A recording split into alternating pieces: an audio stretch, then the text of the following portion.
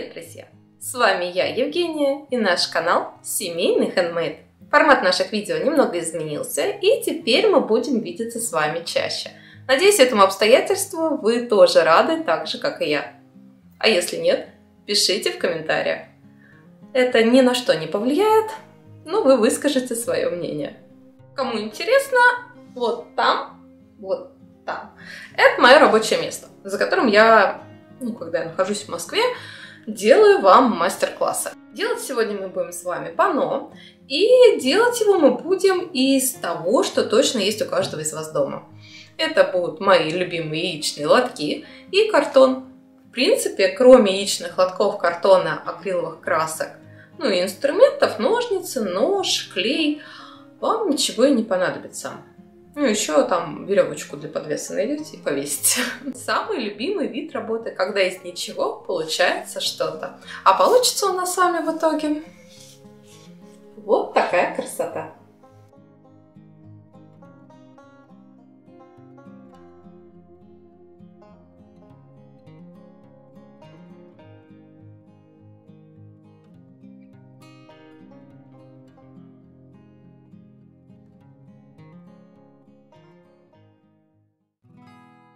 Итак, в первую очередь нужно распечатать шаблон, который вы, как всегда, найдете в описании под этим видео, и вырезать из него все детали. Дальше все эти детали нужно перенести на верхнюю часть яичных лотков, ту, которая ровная.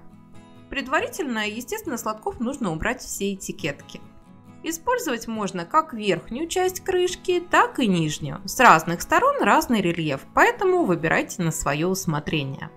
Мне понравилось использовать для самих растений внутреннюю часть лотков, она более фактурная, а для горшков лицевую сторону. На ней рисунок выражен не так сильно. Вырезаем все элементы и собираем их в единую картинку. Все детали я пронумеровала, чтобы вам было удобнее понять, в какой последовательности нужно собирать каждое растение. И с помощью термопистолета склеиваем все детали. Скорее всего, в комментариях появятся вопросы, чем можно заменить яичные лотки. На самом деле у яичных лотков картон фактурный и ни на что не похожий. И самое близкое по тактильным ощущениям к нему, наверное, будет бумага для акварели. Но если фактура вас не сильно волнует, то можно заменить их обычным картоном.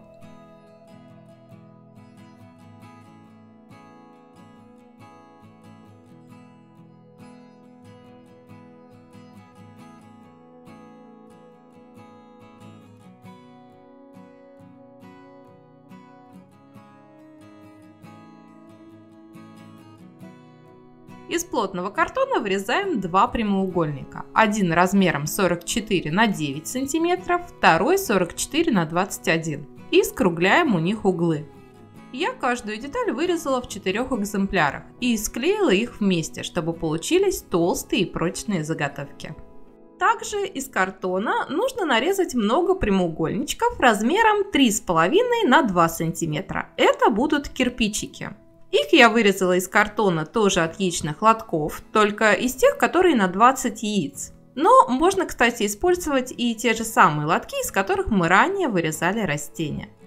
И промазывая каждый кирпичик клеем ПВА, заполняем ими оба прямоугольника основы. Каждый ряд кирпичиков располагаем в шахматном порядке, и каждый кирпичик кладем на расстоянии примерно 1–1,5 мм друг от друга.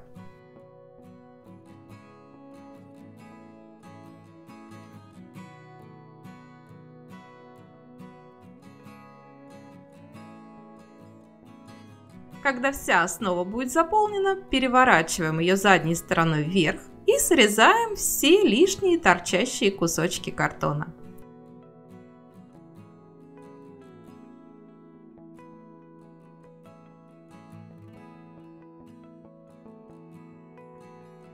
Как я уже и сказала, заполняем кирпичами оба прямоугольника, и большой, и маленький. Но на самом деле маленький, точнее узкий прямоугольник, вам понадобится лишь в том случае, если вы захотите делать надпись.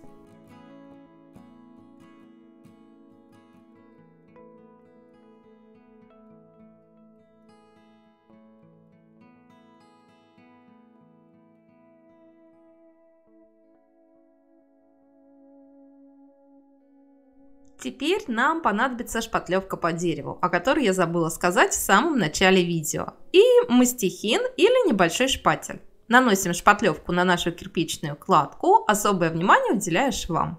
Благодаря шпатлевке кирпичи будут смотреться еще натуральнее, а все панно станет прочнее и перестанет быть похожим на картон.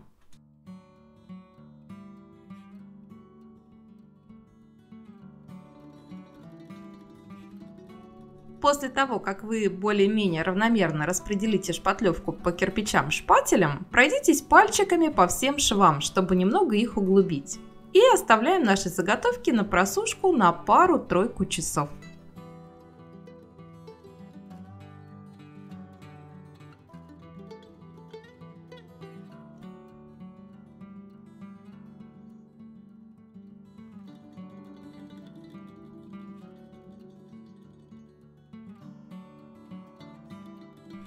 Теперь все той же шпатлевкой проходимся по торцам картины, чтобы скрыть гофрированный край. И удобнее это делать пальцами, а не шпателем. И снова оставляем панно на просушку.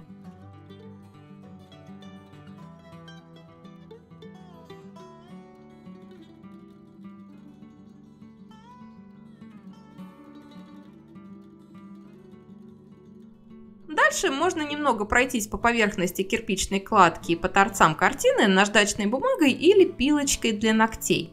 Но если хотите более грубую фактуру, то можете этот шаг пропустить.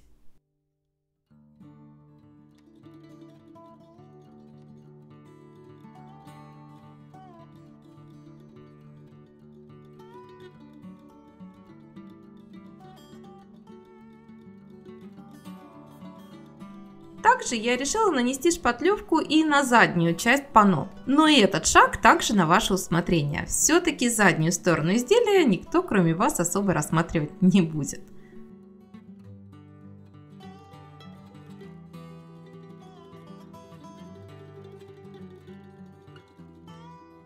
После того, как шпатлевка полностью высохнет, примеряем на основу наши растения. Выкладываем их так, как больше нравится, выравниваем и приклеиваем термопистолетом или на полимерный клей.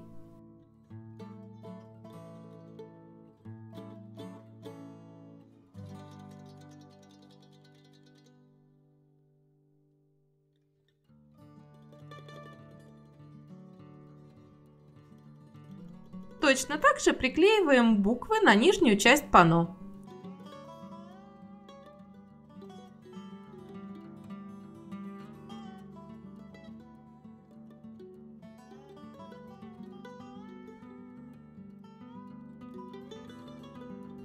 Основа готова. Надпись вы можете сделать абсолютно любую. Даже не так. Вы можете сделать картину вообще без надписи. И она тоже будет смотреться очень хорошо. Почему я заострила внимание на надписи? Потому что, показав свое панно своей семье, я услышала очень много комментариев. Не суетись. О чем это? Зачем это? Не, ну картинка прикольная, а вот надпись. А как это с суккулентами связано? Не, ну миленько. Я подумала, что, наверное, надо объяснить, какой смысл я заложила в эту надпись. Не суетись. Просто суета – это плохо. Но каждый из нас в какой-то момент начинает суетиться. И, конечно же, я не исключение. И для меня это некий мотиватор и напоминание. Не суетись, всему свое время. Делай медленнее. Вникай в детали и получишь прекрасный результат. А будешь суетиться, ничего хорошего ты не добьешься. Поэтому я думаю, что такая надпись вообще подойдет абсолютно всем. Почему такая надпись появилась именно под суккулентами? Ну, наверное, потому что это те растения, которые не суетятся. Они растут не спеша, они наслаждаются каждым днем и живут в тех условиях, ну, могут жить в тех условиях, в которых не выживут многие другие растения. Поэтому суета – это плохо, не суетитесь. Переходим к росписи. Раскрашивать будем, как и всегда, акриловыми красками. Сначала темно-коричневой краской покрываем все панно, особое внимание уделяя всем углублениям и ямочкам.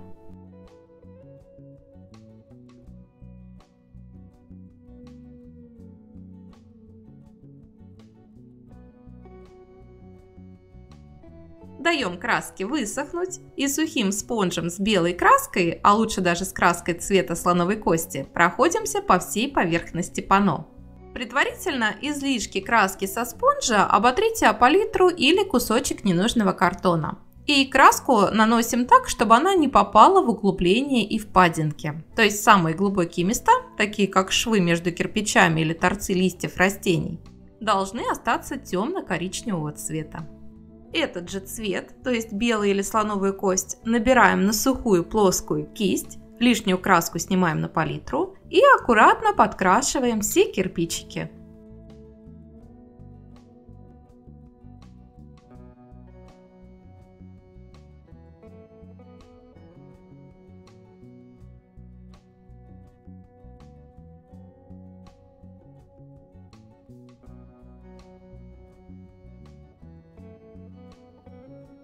Дальше нам понадобится несколько оттенков зеленой краски. Выбираем из них самый травянистый, хорошо разводим его водой, чтобы краска получилась похожа на акварель, и раскрашиваем все растения.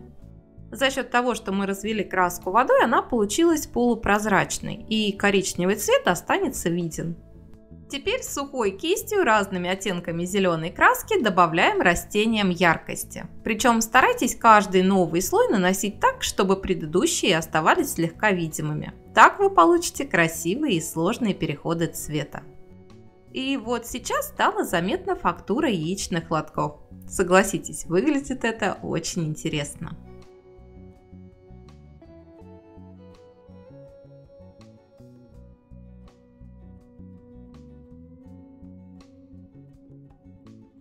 Светло-бежевой, даже немного персиковой краской я прохожусь по левому краю всех кирпичиков. По идее, это должно добавить еще больше объема фону. Но по факту это не сильно заметно, но цвет фона стал интереснее.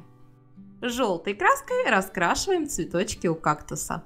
Охрой раскрашиваем горшочки. Причем я часть горшочков раскрасила охрой, а вторую часть красно-коричневым цветом. И тот, и другой цвет разводим водой, чтобы создать эффект акварели.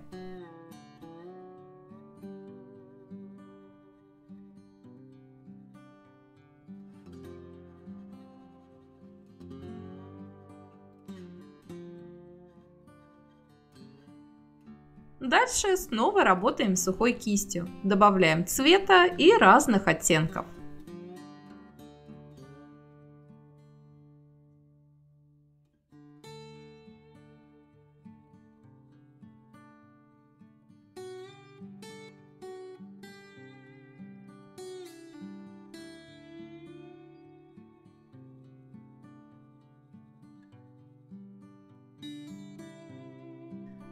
Мне хотелось сделать горшочки глазурованными, поэтому я делаю их разноцветными. Но по желанию можно оставить их и в коричневой гамме. Здесь уже полагайтесь на свои предпочтения. Я, например, люблю достаточно яркий и красочный декор. Потом я, конечно, ломаю голову, как это все вписать в свой интерьер, но это уже другой вопрос. Так что здесь уже дело вкуса.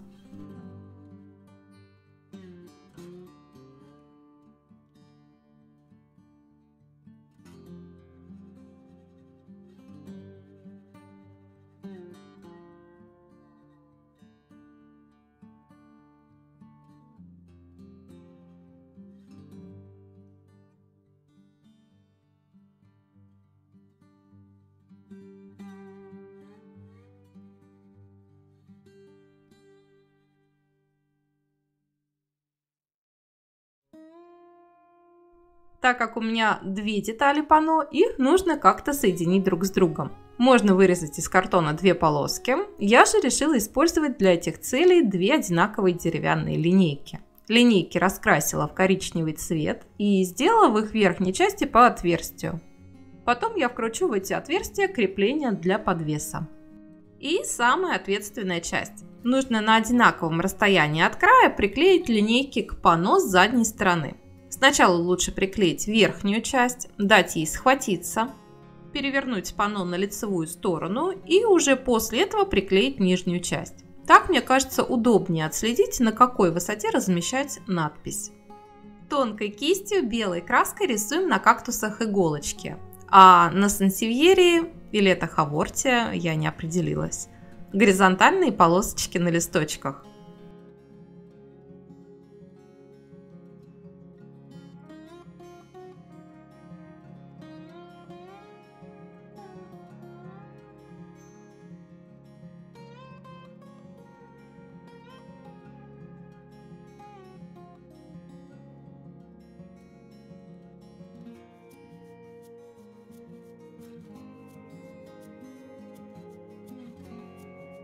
Тот же самый рисунок повторяем коричневой краской.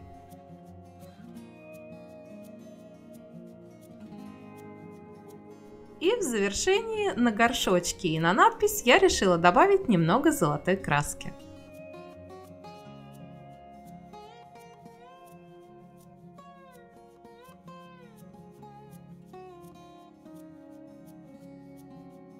Наше панно готово, и ему осталось найти подходящее место. Я результатом более чем довольна, и думаю, поделок в этой технике на моем канале прибавится. Потому что пока я делала это панно, у меня появилось сразу очень много задумок и на пасхальную тематику, а может быть даже мы что-то с вами сделаем и ко Дню Святого Валентина.